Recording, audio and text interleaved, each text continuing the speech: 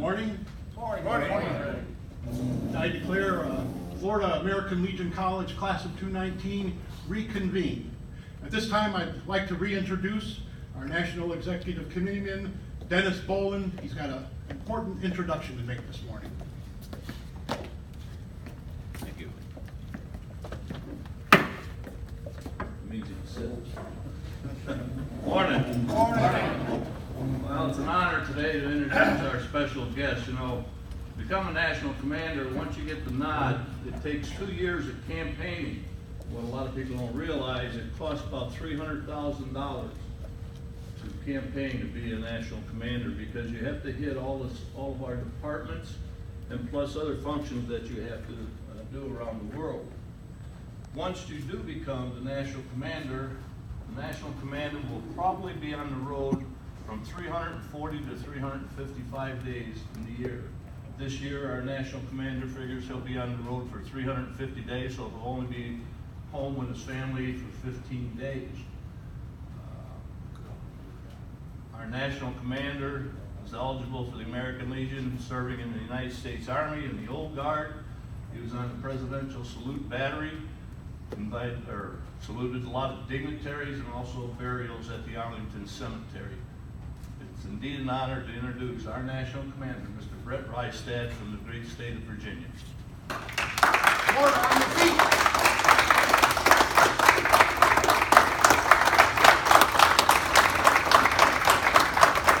Florida's got a welcome for you, Commander. Give me an F. F. Give me an L. L. Give me an O. O. Give me an R. R. Give me an I. I. Give me a D. D. Give me an A. A. What does that spell? Florida T100.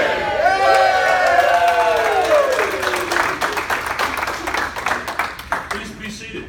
Good morning. Morning. So maybe before the day's over, we'll do a Team 100 cheer as well.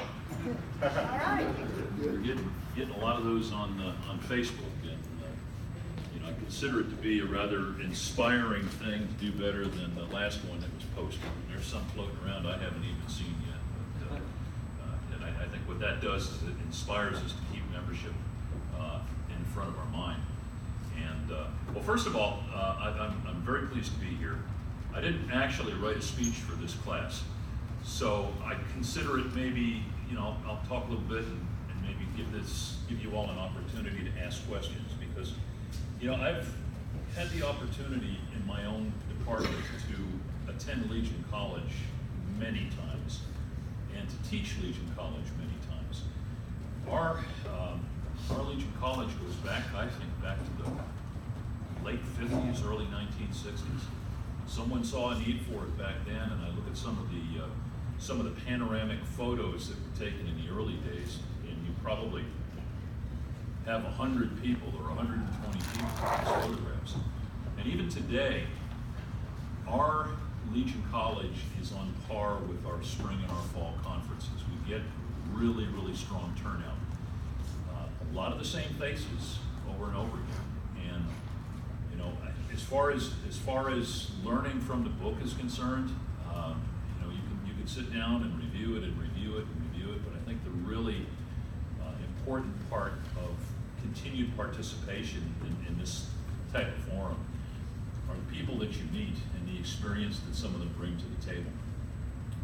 It's a great place to solve problems, because other people have usually encountered the same thing that you've encountered, and you know, during your breaks or even as part of the class, it's a great opportunity to share some of those stories and compare notes. So I'm tremendously honored to be serving in this capacity. I got to tell you, it was nothing that I ever saw coming down the road. I occasionally get the question is, how does one become a national commander? And really, it's kind of hard to answer. You can't put it in a book. You just have to be in the right place at the right time and be given opportunities. Probably like anybody else, I've moved through the ranks of the organization. Got to serve on a couple of national committees, of which I never got call-ins, and I kept wondering why people get paid to go there and other people don't, which opens up a whole other rabbit trail of the mysteries of the the hierarchies of the department organization and the national organization and why things happen the way they do.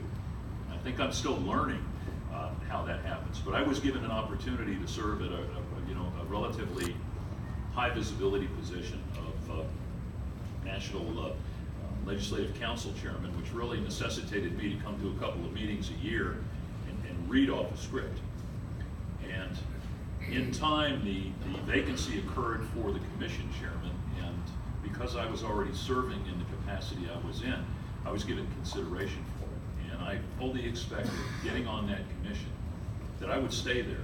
I was even told that that the national organization did a disservice to that commission by putting people in there only for a year at a time to observe their performance for future future positions, and that I was assured that my being there was to bring consistency to that commission. Well, I was there for 3 years as legislative chairman, and was given the opportunity to be considered to be a national commander. And 5 years after a national commander from my own department, it's never happened before. So either they were short of candidates, or I must have impressed them. So one or the other. But I'm just I'm humbled by this, because I don't really see myself as one of those people wearing a red cap. But I'm going to do the best I can this year to represent you. And I'm so honored to be able to do this during the centennial year. I spent 13 years in the department organization as a department historian, and I was a historian and public relations chairman at the same time. And I think sometimes those two positions go hand in hand. But I got frustrated because I wasn't going anywhere, and I was watching people with less experience move ahead of me because they were older than me, and be given opportunities to lead. And I thought I would die as a department historian, but ultimately my chance came to move up. But I had the opportunity in that capacity to learn a lot about the American Legion. I started collecting American Legion history books, and I probably got a collection that, if you put them all together, is about that wide. Not counting the state histories that were written over the years, but the national ones, the official and the unofficial ones. And just found a lot of information in there that I was never told as a Legionnaire, and I want to share some of this with you. And you may hear it again if you end up being at a post that I'm going to be visiting. But I like to share some of the things because a lot of people know about some of them, and most don't know about a lot of them. So it's something that I do to try to promote the centennial and give people, especially those that are new to our organization, an idea of what it is we have done for them over the last 100 years. And we'll start with the fact that our forefathers, when World War I ended, and after they had their first caucus in Paris, France, came home with a focus on two things in particular. One was to promote Americanism in the country, because the country was going through a spell at the time of communist influence, what they called then Bolshevism. And the American Legion wanted to be sure that that never took hold in our country, and promoted a very strong Americanism program. But on the other hand, they recognized when they came home that there were not sufficient resources to care for their brothers that came home wounded and maimed, not sufficient resources for the widows and the orphans of those veterans. And they undertook an effort to work with the United States government through Congress to build an infrastructure that could care for them and perhaps anyone in the future. And this basically was taking three disparate federal agencies, one that handled insurance, one that handled hospitalization, one that handled vocational training, and brought them all together into one organization, and set upon building hospitals around the country. What was unfortunate was when a lot of these folks came home and wounded that required continued treatment. And of course, they had a problem in World War I in Europe with tuberculosis. So a lot of our service members came home with tuberculosis and needed full-time care. They opened up buildings that were never meant to be hospitals in order to put them in a bed someplace. So the care was obviously inferior, the environment was inferior, and this is where they started building veterans hospitals. So in the early 1920s, the federal government created something called the United States Veterans Bureau. And the United States Veterans Bureau is today's Department of Veterans Affairs. So I want you to know that the American Legion is a primary stakeholder in the VA. The American Legion pushed for the VA to become a cabinet level organization so that we would have a secretary running the VA. We're stakeholders. It's our job to make sure that they do a good job, and we applaud them when they do, and when they stray off course, we make it our business to stick our nose in it and put them back on the right course to serve our veterans. The American Legion worked with other patriotic organizations and other veteran service organizations to write a document that was later picked up by the United States government and called the United States Flag Code. The Legion was responsible for the GI Bill, or what was known then as Servicemen's Readjustment Act of 1944. Past National Commander Harry Comery, who served, I believe, 1937, 1938. He's from Kansas. He sat down in the Mayflower Hotel in Washington, D.C., in a hotel room using hotel stationery, and drafted the framework of the GI Bill. A lot don't know the story behind the GI Bill, but it was not something that was an easy passage in Congress.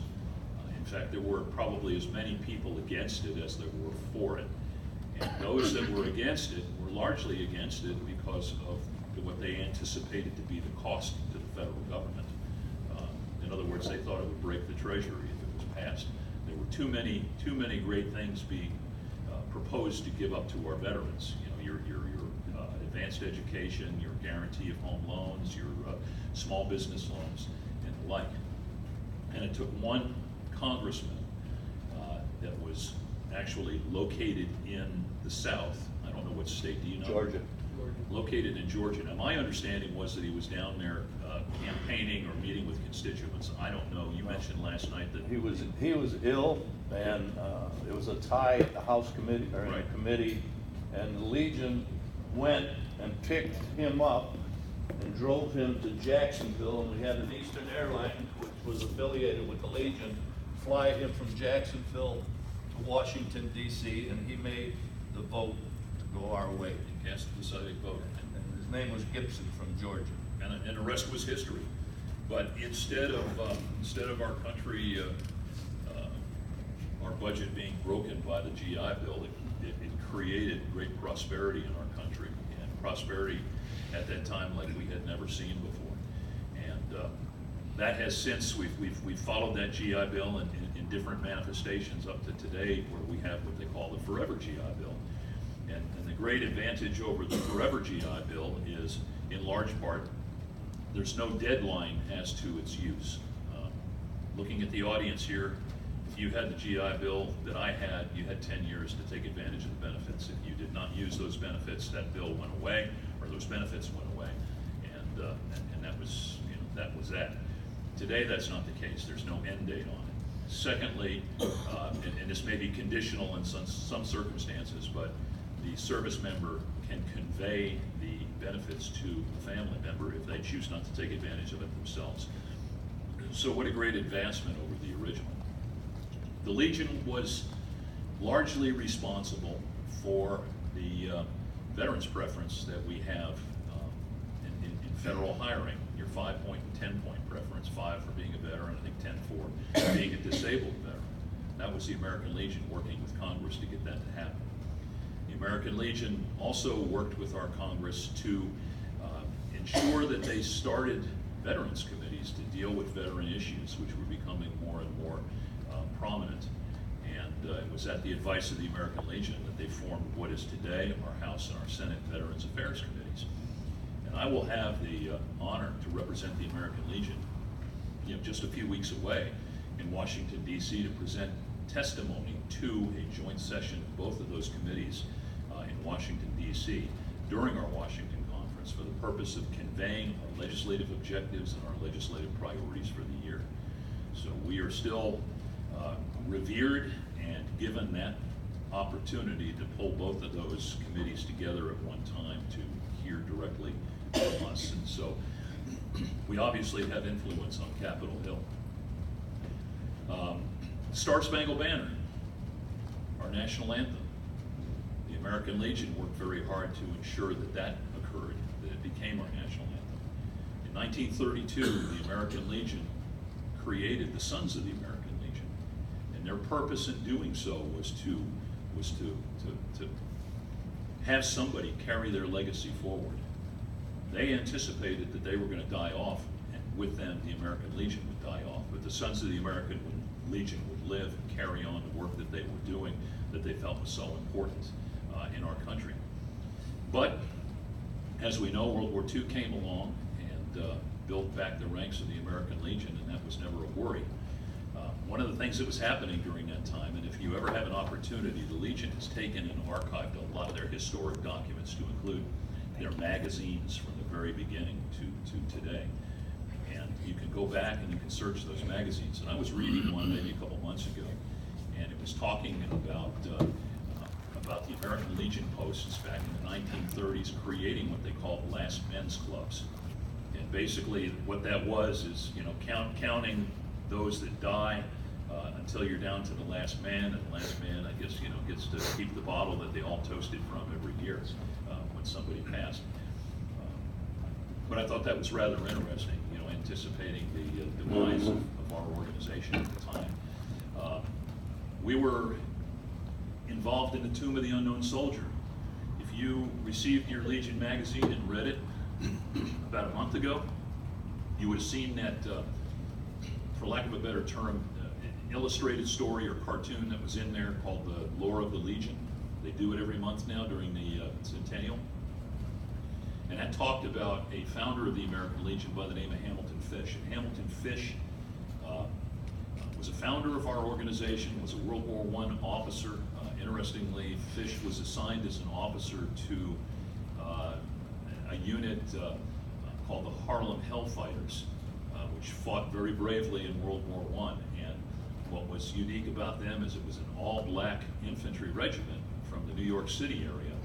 And they stayed in the theater longer than anybody else. They sustained more casualties than anybody else, and they were one of the highest decorated units of World War I. And Fish, to his credit, was a civil rights activist even back then, trying to demonstrate to the military and to everybody that his soldiers were as good, if not better, than anybody else's. So Fish went on to be prominent in the American Legion. He was the committee chairman of the committee that authored our preamble to the Constitution of the American Legion. And Fish was given the honorary title of past national commander without ever serving as national commander, and there's very few of those. Fish went on to become a congressman in the state of New York, and using his influence as a congressman and as a legionnaire, it was his legislation that brought the unknown soldier of World War I back to the United States from France to Arlington National Cemetery. And to take it a step further, it was Fish's legislation that created the Tomb of the Unknown Soldier. It was American Legion legislators in Congress that saw a need to put sentinels at the Tomb of the Unknown Soldier 24 hours a day, 7 days a week, 365 days of the year. They remain there today. So we have our fingers in that as well. Toward the end of the 20th century, of course, we had the Vietnam War, and the American Legion was very much involved in helping our service members that experienced health problems that were traceable to the defoliant Agent Orange. We ended up taking up their cause and fighting our own Veterans Administration to ensure that they got the benefits that they deserved and also the treatment that they deserved. That was a hard-fought battle, but it was a battle that we ultimately won. Spent a lot of money doing a joint study with Columbia University to prove that there was a link between Agent Orange and the health issues that our Vietnam veterans were experiencing. We have the same issue today with those that have served off the shores of Vietnam. It's not new, it's just that there's action being taken to ensure that they are as well compensated and receive the medical treatment that they deserve because they were ignored. That comes from an act called the Blue Water Navy Act. You may have heard about it. It was put forward in Congress during the 115th Congress that just ended. The House of Representatives voted on it unanimously. It never got out of the committee at the Senate. There were a couple of senators that were stopping it, presumably on behalf of the VA, who felt that it was going to cost too much money. So the reason the Legion went head-to-head with the VA in the first place for those that served on land was because of the same thing, because the VA wanted to drag their feet. And now it's been reintroduced in the 116th Congress. I would anticipate that we'd have the same level of support in the House. The Senate may be a different story, but I venture to say that if this was put out on the Senate floor during the 115th Congress, that it would have passed and gone to the President to be signed. But news developments this past week, there was a court case dealing with the Blue Water Service and a particular service member's entitlement to the same treatment as those that served on land. And apparently he lost his battle at one level and had appealed it, and the federal court that heard that appeal ruled in his favor. So now the VA has a period of time to be able to review that and decide whether they want to take it back to court in the form of an appeal. If they don't, I think that those service members will be entitled to the same resources that were given to those that served on land. There is a registry that contains about 90,000 names of people that served out there. And it doesn't mean that 90,000 people have the disabilities. It just means that there's a registry for people that served, that ultimately, if say 10 years down the road, they start getting health conditions that are presumptive for service in Vietnam, that they could be treated as well. So it's just something to keep on your radar screen, because that news is developing. And that's pretty much kind of an encapsulated history of our first 100 years. So we've done some really, really great things as an organization. I want to talk to you too about a couple of things that are going on that are newsworthy. You're all aware of the government shutdown, how it affected the United States Coast Guard, and the fact that the American Legion came to the rescue. I want you to know that we ended up giving out about 1,700 plus award grants, TFA award grants to Coast Guardsmen that have children. We focused on those serving in pay grades E5 and below. We spent more than $1 million out of a fund that probably only had about $300,000 in it to begin with, although we have some different information going back and forth. Dennis says that they had they were authorized like $700,000 to spend initially, but we went above that in order to help those that we could help. And that those 1,700 grants helped more than 3,000 children, because that TFA grant is focused on the children, not on the parents. And there's a whole variety of different stories floating around as to how that money helped. But I've had the opportunity now to visit Coast Guardsmen in Philadelphia and yesterday in Mayport, and to hear some of their stories directly as to how that budget shutdown impacted them, and how the American Legion's temporary financial assistance grants helped them as well. They're very grateful to us. We weren't the only ones that went above and beyond the call of duty. The USO did. I think their Chief Petty Officer Association did. Community organizations, churches, all came together to give them help. You know, the battle's not over. We have until, I think, February 15th or 16th when they're supposed to receive their, well, that's when they're actually supposed to, this particular extension is supposed to end, and then we're going to see what happens to them then. I'm leaving Florida for a short period on Monday to go up to Capitol Hill, and I'm going to spend about a day, maybe a day's worth of time between Monday afternoon and Tuesday, meeting with members of Congress to talk about this budget shutdown and its impact on the Coast Guard. We're trying to push forward legislation on something called the Pay the Coast Guard Act, and And this is a bill in a House that is intended to try to make their pay mandatory if something like this should happen again. I'll also have the opportunity, as it looks right now, to speak with the hierarchy of the Coast Guard in Washington, D.C., and talk a little bit more about our commitment to them.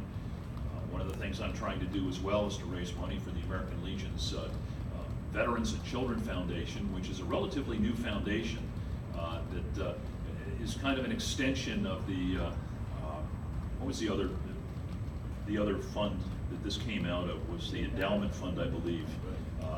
And basically, pardon me? Did you just wake up? I just said that. That's all right. We banter back and forth like this. Doing business as. So anyway, so this fund does two things. The fund funds temporary financial assistance. I want to say about 70% of the fund is temporary financial assistance related. The other portion goes to service officers. And of course, our service officers have to have recertification every year to be able to submit claims to the VA, whether that's done locally or whether they're sent to Washington, D.C. or elsewhere, or when the Legion meets. There's costs involved in the travel and the lodging and the classwork itself. And then most everything is done digitally now, so there's an expense involved in computers and software and such to equip the service officers to do what they do best. The American Legion has about 3,600 service officers nationwide. These are certified, accredited service officers, so we have more than anybody else. So of course you must know that it's an undertaking for us to ensure that all of them are properly trained to be able to serve our veterans across the country. So that's what's going on with the Coast Guard. We're going to continue to move forward. If they have another government shutdown and the Coast Guard is impacted, we're going to do our best to raise funds and continue to assist them through that time. The second thing I had the honor of doing 2 days ago was going to Philadelphia for the purpose of doing what they call a first strike ceremony at the United States Mint in Philadelphia. So we're all aware that we've got commemorative coins coming from the Mint, beautiful coins. And we should see those on sale on the 14th of March. Is the initial date. The cost of the coins is still up in the air because it's based on the value of the precious metal at the time that they're sold. There'll be 3 different coins in 3 different denominations, and all of them are beautiful. You should be able to find them on the website, get an idea what they look like. If you're not on my Facebook has them as well. I took photos when we did the first strike, which is essentially a ceremony in which we produce ceremonially the first of the series of coins and kind of launch the sale. So I'm looking forward to that, and one of the benefits of that, if you're not aware of it, is if we're able to sell all those coins, the coin sales are also a fundraiser for our organization. We stand to actually earn from those sales $9.4 million, and that can go toward the American Legion's programs and toward our charities. So I encourage you to take advantage of that. Otherwise, I think what I'm going to do is just take an opportunity here. If there's any questions, I'd be happy to take those. If I'm not, am I intruding on some time restraints here? No, sir. All right, so let's do that. I mean, I'm sure that there's some questions here that you might have that I can help answer. I just want to applaud you for coming out here and doing this. For me, I don't care how many years I've gone, either as an instructor or as a participant, but I got to tell you, I learned something from somebody every time I go. And this is a great place to find mentors, great place to get ideas as to things you can bring back to your post, great place to share things that you've done with others and to help them as well. And we had a National American Legion College class graduate this year already, another great program. I don't know how your department handles the applications here, but I think the applications are now out for the next year. A great opportunity to learn at a whole different level. So, without further ado, questions? Sir. I'm Scott Lewis from District 16 here by the beaches at Clearwater and St. Pete. My question is, during your very, very busy year, do you have perhaps one of those little warm, fuzzy emotional moments that really make you feel good, whether it's at the local level, department level, or even international level, since we have 55 departments? And then also conversely, is there something that's still stuck in your craw, so to speak, that's not moving along as fast as you'd like to see? Thank you. Well, I've been to, I think you're my 21st department that we're visiting. I've seen a lot of things. Generally, I tend to be shown the things that the department wants me to see. But, you know, what I really enjoy hearing is, you know, the one-on-one conversations that I have with Legionnaires. They all bring their issues to me. They all ask questions. I think if I am emotional about anything, it's the passion that our members have for what they do. You know, it's not about them. It's about the people that they serve, and that really, really makes me feel proud to be serving in this organization, to be serving as your national commander. That's half of your question. What was the other half now? Perhaps an area that has moved along or finished to your satisfaction or the Legion's. Well, if you want to bring membership up, let me talk about that for a second, because that's a good point. You know, I came into this year thinking that the centennial theme was going to carry us through a really successful year membership-wise, because we have the focus of attention on our organization, because we have the media backing us, helping support our message. American Legion media doing the very same thing, giving us tools, giving us places to send our potential members to see what it is that we do. But I think one of the downsides of this is the fact, and it doesn't just impact on the centennial, it's the fact that the American Legion does not have veteran in its name. So, when they hear veterans of foreign wars, they hear disabled American veterans, paralyzed veterans of America, they know instantly that it's a veterans organization. When a young service member or new veteran hears about the American Legion, it may have no meaning to them whatsoever. It's a name that they can't associate with anything. So it makes our work a little bit harder to go out and promote ourselves so that they know who we are and what we do. And you know, unfortunately, very early in the year, I learned that we were falling about 70,000 members behind where we were at that same time last year. I read yesterday's membership report, we're 72,000 members short of last year's figures. And I think that's adding the DMS together with the traditional members. DMS, from last year, we have only renewed 33.3% of those that we signed up last year. Part of the problem with that is that we're not engaging them once we get them, or once they sign up, either through the mail or online, even some face-to-face encounters. If somebody doesn't reach out to them and invite them to come into the local post, after a couple of years, after 1 year, they lose interest and you know, and don't renew their membership. And that's a problem for us, because this room could be twice the size possibly if we were engaging in and bringing them in. So I think that's something that we really have to work hard at. I know that the department gets those figures from national. I think they're broken down into zip codes. I think you can get them on the My Legion website, and you know, follow through, send them letters. I mean, there's boilerplate letters that are online on My Legion that can enable you to get all that stuff addressed very easily and mailed out. But we really need to engage those folks. The retention problem continues in this organization, and I guess that's the big concern that I have, is the failure to meet the goals that I had established when I started the year. I'm not giving up on it, but I think I can't explain to you why we would not have 70,000 members. I don't think it's all attrition from people passing away. We have less of our members passing away this year than we had the last 2 years. So it's hard to explain, but I know that engaging them is a very important thing for us to do. Sir? Sir, Stan McKercher, Post 91, Trenton.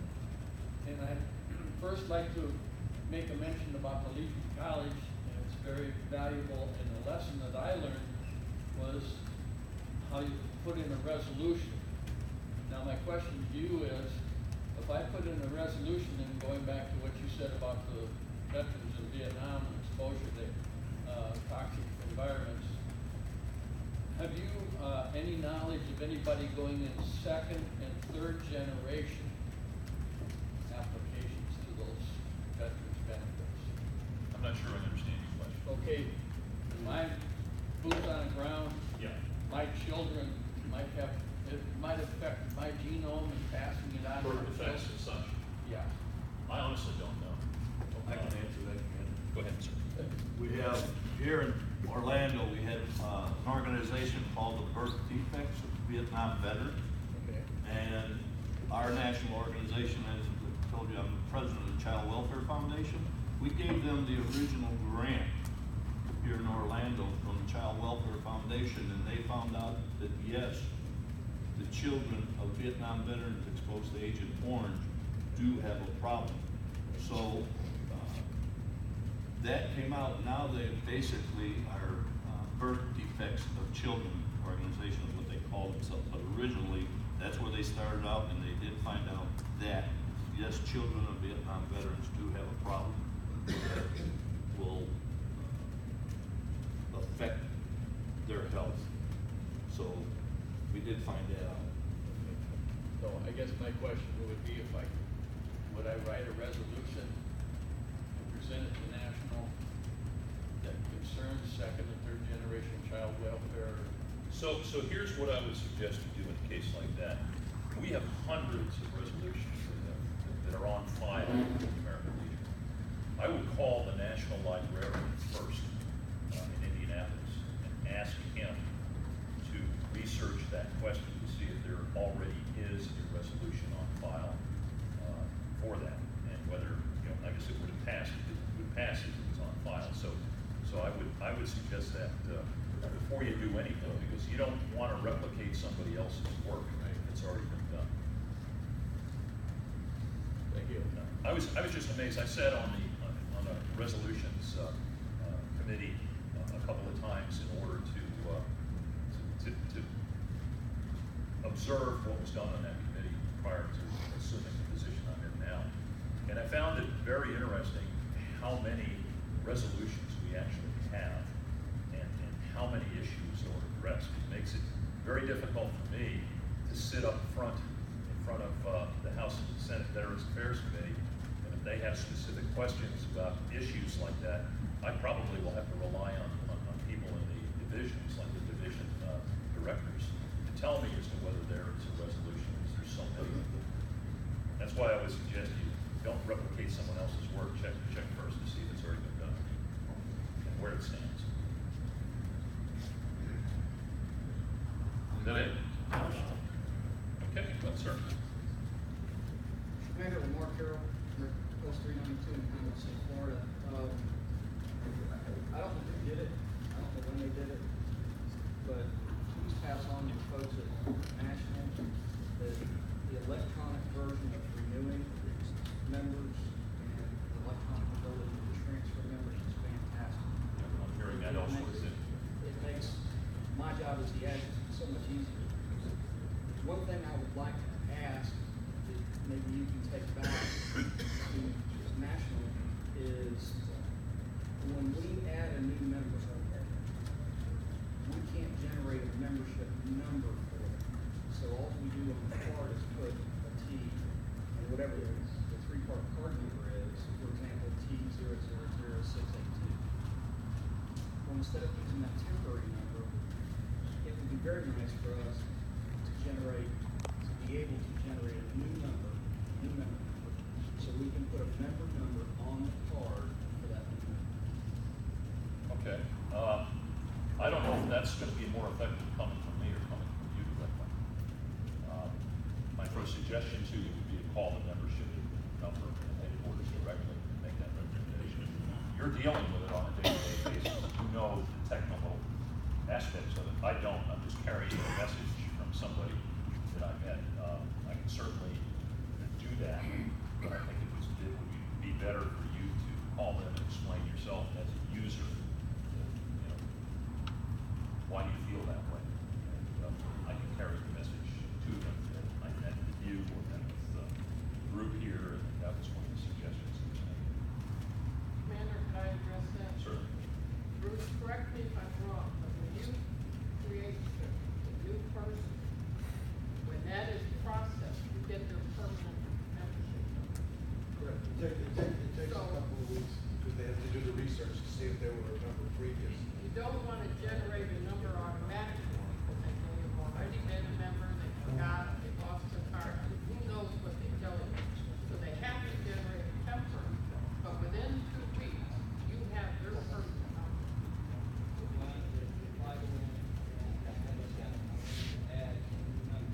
Yeah.